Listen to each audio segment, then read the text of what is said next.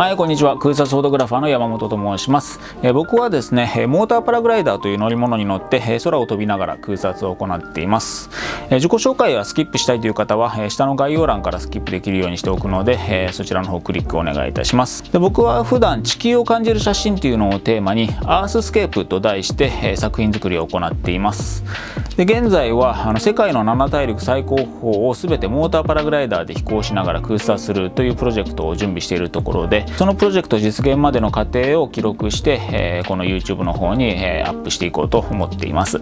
ただ最近はですね、ちょっとコロナウイルスの影響でなかなか飛びに行くことができないので、この機会に、僕のこれまでの撮影旅の話をしようと思っています。で、前回までにパート1、パート2と分けて、2010年に北欧を約2ヶ月かけて旅してきた時の話をしているんですけれども、パート1でドイツのベルリンから入ってレンタカーして北上してノルウェーのベルゲンというところまで行って、でパート2で、そのベルゲンからさらに北上してロフォーテン諸島の方まで行って空撮してきた話をしました。で、今回はパート3として、ロフォーテン諸島からさらに西の方に行って、スウェーデン、フィンランドとその辺を回ってきた時の話をしようと思っています。フィンランドでは天気がなかなか合わなかったりとか空撮が思うようにできなかったんですけれども、スウェーデンではストックホルムの郊外の方で空撮をすることができたので、そちらの方の話もしたいと思います。ではここからは写真と動画で旅の紹介をしていきたいと思います。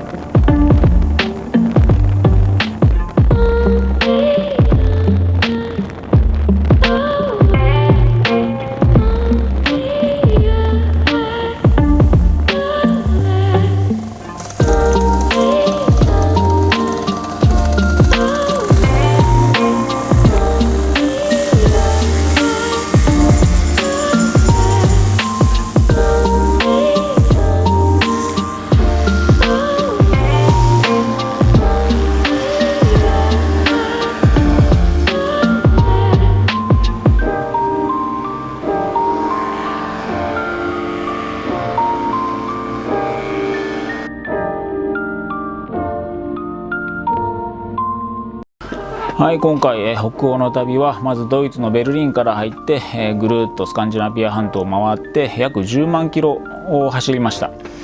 で僕はこの後、ストックホルムの空港からアフリカの方に行って撮影を続けるんですけれども、サビ君はこのままレンタカーで、南下してベルギーの方まで行って、でその後ベルリンに戻ってレンタカーを戻してくれるところまでやってくれました。で今回で、北欧の撮影旅の話は終わりになります。こういった撮影旅の話はシリーズ化して、また別の場所の撮影旅の話もしていきたいというふうに思っています。